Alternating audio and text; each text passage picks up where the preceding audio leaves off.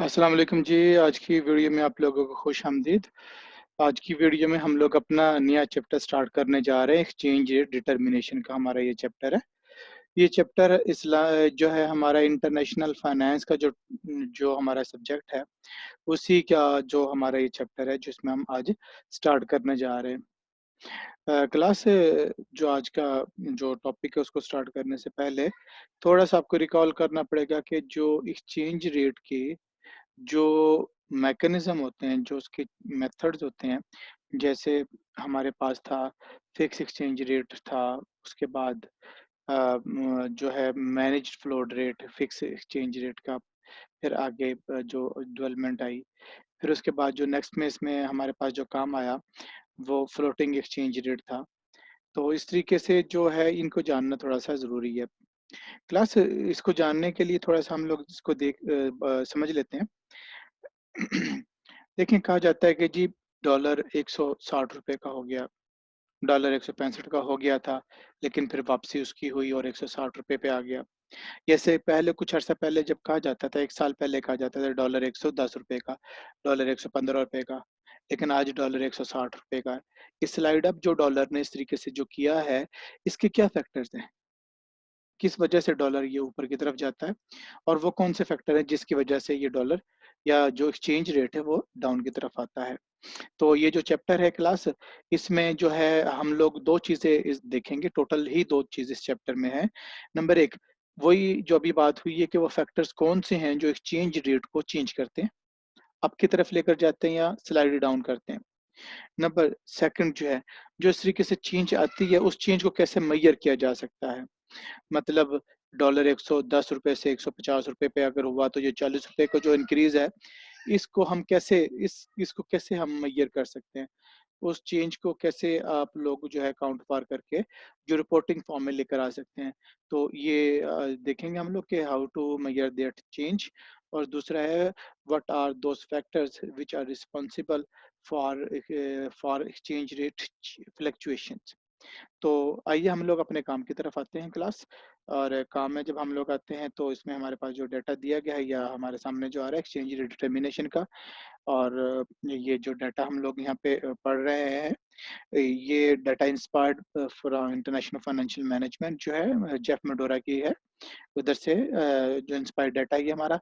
उसके अलावा कुछ गूगल इमेज इसमें इस्तेमाल किए जाएंगे तो वो भी यहाँ पे एक्नॉलेज किए जा रहे हैं। वेल, क्लास इस चैप्टर में जो चीज़ें होंगी ये आपके सामने आ रही हैं। अब इसमें देखिएगा कि जो हम बात कर रहे थे कि वो जो फैक्टर्स हैं वो कौन से हैं जो एक्सचेंज रेट को चेंज कॉज़ करते हैं। वो फैक्टर्स हमारे पास यहाँ पे सेकंड में दिए गए हैं। ठीक है जी। और उसके अलावा जो है नंबर फर्स्ट जो पॉइंट है वो जो होने वाली जो चेंज है उसको कैसे मेज़र किया जाएगा इसके बारे में। हम लोग अपने काम की तरफ आते हैं, हम लोग अपने पहले पोर्शन की तरफ आते हैं कि एक्सचेंज रेट में होने वाले चेंज को कैसे मेज़र किया जाता है। तो क्लास हम लोग अपने काम की तरफ आते हैं। पहले इस चैप्टर के ऑब्जेक्टिव को पूरा करने के लिए हम लोग अपना सफ़र शुरू करने जा रहे हैं। और उससे पहले जो थोड़ा-सा यहाँ पे बताया गया कि एक्सचेंज रेट क्या होता है, आपको पता है कि एक जो करेंसी का दूसरी जो करेंसी के साथ जो शरह तबादला होती है, उसको हम लोग एक्सचेंज रेट कहते हैं। $1 के बदले में ₹160 का मिलना जो है, ये शरह तबादला है और ये हमारा एक्सचेंज रेट है कि $1 इज़ इक्वल टू 160 पीकेआर है। ठीक है जी, पाकिस्तानी रुपीज़।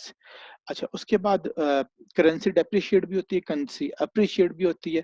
डेप्रिशिएट होने का मतलब क्या? एप्रिशिएट होने का मतलब क्या? जैसे बोला जाता है कि जी डॉलर ₹110 का था 1 साल पहले, अब ₹160 का हो गया है। तो ये जो ₹50 की जो है वो डॉलर में जो है वो इंक्रीज़ देखने में आया। एक तरफ डॉलर में इंक्रीज़ देखने में आया, एप्रिसिएशन देखने में आई, लेकिन उसके साथ जो दूसरी करेंसी है, उसमें डिक्रीज़ देखने में आया, उसकी कदर में गिरावट देखने में आई जिसको हम डेप्रिसिएशन कहते हैं। करेंसी की वैल्यू में होने वाली कमी को डेप्रिसिएशन कहते हैं। और जो है increase in the value of another currency in exchange rate, that is known as the depreciation. तो हम सिंपल लफ्ज़ों में इसको इस तरीके से भी जान सकते हैं कि जब एक एक्सचेंज रेट होता है तो उसमें एक करेंसी जो है वो अप की तरफ जाती है, दूसरी डाउन की तरफ जाती है। जो करेंसी अप की तरफ जा रही होगी, इंक्रीज़ कर रही होगी, गेन कर रही होगी, that would be termed as the जो है एप्रिसिएशन। और ऐसी करेंसी जो डाउन की तरफ आ रही होगी, जो डिक्रीज़ कर रही होगी, लूज़ कर रही होगी, that would be term as the depreciation. ठीक है जी? कदर में गिरावट या कदर में इज़ाफ़ा, जो डेप्रिसिएशन और एप्रिसिएशन। जो देखा जाता है नॉर्मली पाकिस्तानी रुपए में ओवर द टाइम पीरियड्स जो है वो डेप्रिसिएशन देखने में आती है, और अभी भी इसी तरीके से डेप्रिसिएशन जो है वो देखने में आई है 1 साल से इस साल के जो ट्रेवल हुआ हमारा, तो ये डेप्रिसिएशन होती है इसमें।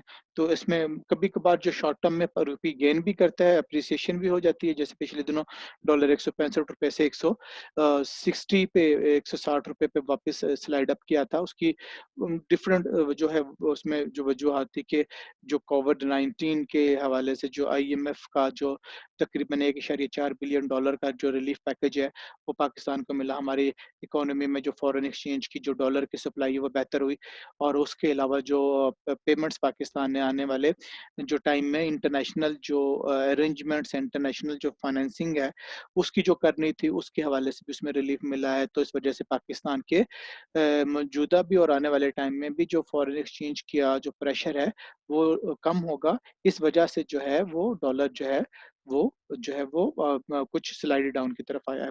तो एनीवेज़ हम लोग अपने नेक्स्ट को देखते हैं कि हाँ, ये हो सकता है कि एक दिन में जो हम कहते हैं जी कि डॉलर जो ओपन हुआ जी ₹160 का था, डॉलर 162 पे गया, लेकिन फिर डॉलर 159 पे आ गया। तो इस तरीके से जो ट्रेड होती है उसमें जो है एक ही दिन में जो है अप भी हो सकता है, डाउन भी हो सकता है। विद पैसेज ऑफ टाइम जो है ट्रेड होती रहती है, और डिफरेंट फैक्टर्स होते हैं जो उसको अफेक्ट कर रहे होते हैं, उसकी प्राइस को अप और डाउन भी कर रहे होते हैं। लेकिन उसके अलावा एक और भी चीज़ होती है जिसको कहते हैं mixed in trading. Let's say vehicle currency जो है यूएस डॉलर पूरी दुनिया की व्हीकल करेंसी है। एक डे में व्हीकल करेंसी जो डॉलर है, उसका जो बिहेवियर है, कुछ करेंसीज़ के रिस्पेक्टिव में हो सकता है कि फेवरेबल और पॉजिटिव हो, और कुछ की जगह पर कुछ अनफेवरेबल नेगेटिव हो। कुछ करेंसीज़ के अगेंस्ट में डॉलर एप्रिशिएट कर रहा हो, और हो सकता है कि कुछ करेंसीज़ के अगेंस्ट में डॉलर डेप्रिशिएट कर रहा है। तो ये डिपेंड करता है कि उस ख़ास इकोनॉमी में जो है, वहाँ पे जो क्या मैक्रो इकोनॉमिक फैक्टर्स हैं, जो या जो उसके रिलेटेड फैक्टर्स हैं जिसकी वजह से जो है ये चेंज कॉज़ हो रही है। वो कौन से फैक्टर्स हैं, वो फैक्टर्स हम दूसरे पोर्शन में पढ़ेंगे। लेकिन ये हो सकता है, ज़रूरी नहीं कि हम कहें जी कि डॉलर ने पाकिस्तान में रुपये के मुकाबले में गेन किया, तो इसका मतलब है कि जो डॉलर है दुनिया की तमाम करेंसीज़ के मुकाबले में आज में गेन किया होगा उसने। नो, ये ज़रूरी नहीं है। ये मतलब हो सकता है कि किसी और करेंसी ने, यूरो ने, येन ने उससे ज़्यादा जो है वो गेन किया, और वो जो है उसके मुकाबले में डॉलर ने कम गेन किया हो। तो ये मतलब हार्ड एंड फास्ट नहीं है कि एक करेंसी एक के अगेंस्ट अगर जो है वो गेन करेगी तो सभी के अगेंस्ट गेन करेगी, तो ये गेन भी कर सकती है और ये लूज भी कर सकती है। इसमें दोनों तरह के फिनोमिनस को हम लोग कहते हैं मिक्स्ड इन ट्रेडिंग। उसके बाद हम लोग नेक्स्ट में आते हैं जी, जो हमारी जो पहली जो रिक्वायरमेंट है, पहला जो ऑब्जेक्टिव है चैप्टर का, कि जो होने वाली जो करेंसी में जो फ्लक्चुएशंस हैं, उसको how we can measure that fluctuations, how we can measure that decline और increase in the value of a certain currency. तो उसके हवाले से जो हमारे पास फार्मूला यहाँ पे दिया गया है, इसमें देखिएगा ST-1 ST/1।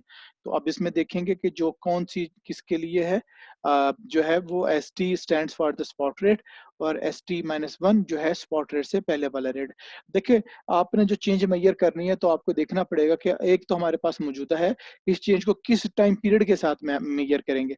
क्या आप 1 साल पुराने जो एक्सचेंज रेट था उससे अब तक का जो इसमें जो चेंज आई है उसको मेजर करना चाह रहे हैं, 1 महीने की चेंज को मेजर करना चाह रहे हैं, 6 महीने की चेंज को मेजर करना चाह रहे हैं, 3 महीने की चेंज को मेजर करना चाह रहे हैं, 1 डे की चेंज को मेजर करना चाह रहे हैं। जो भी आप चेंज मेजर करना चाहेंगे तो आप 2 टाइम पीरियड ले रहे होंगे उसमें।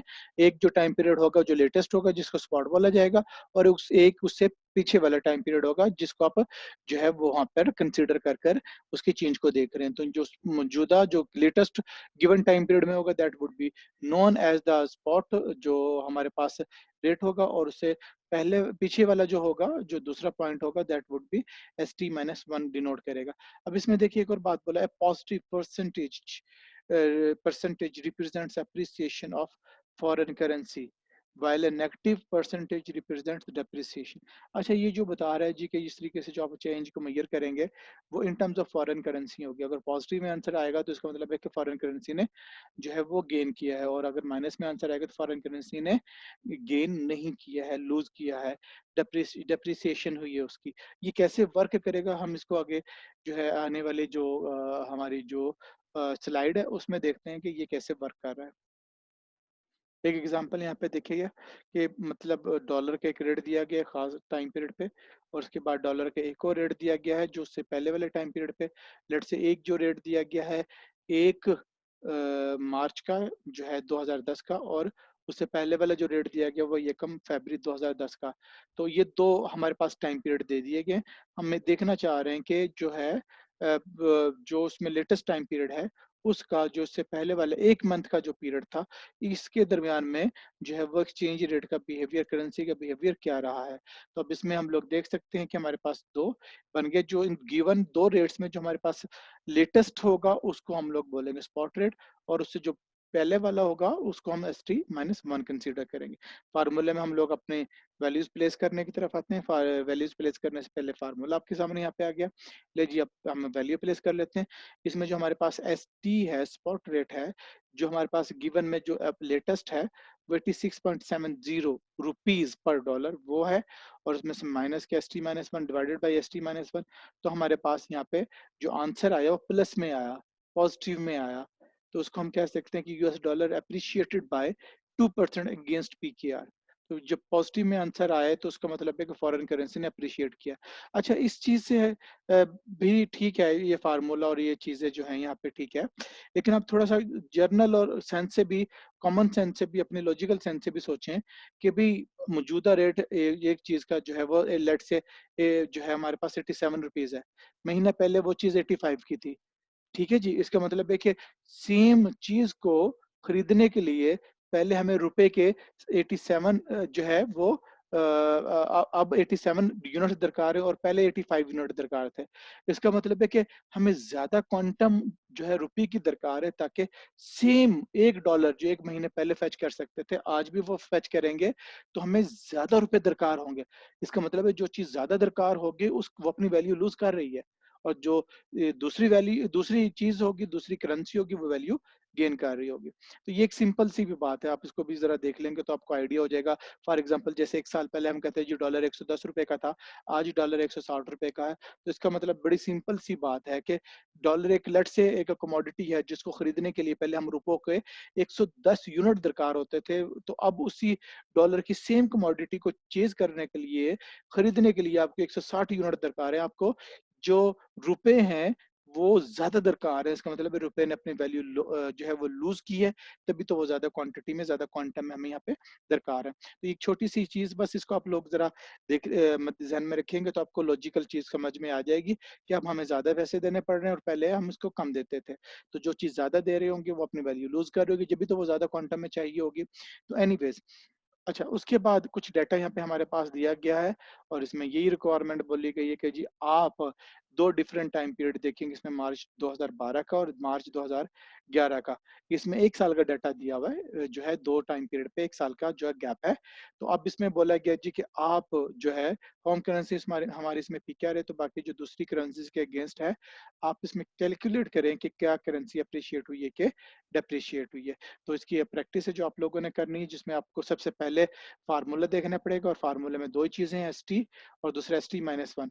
तो जो आपको ये वाला डाटा गिवन दिया गया है इसमें देखिएगा, एक मार्च 2012 का, दूसरा मार्च 2011 का, जिसमें आपके लिए सबसे जो लेटेस्ट डाटा वो मार्च 2012 का बनेगा।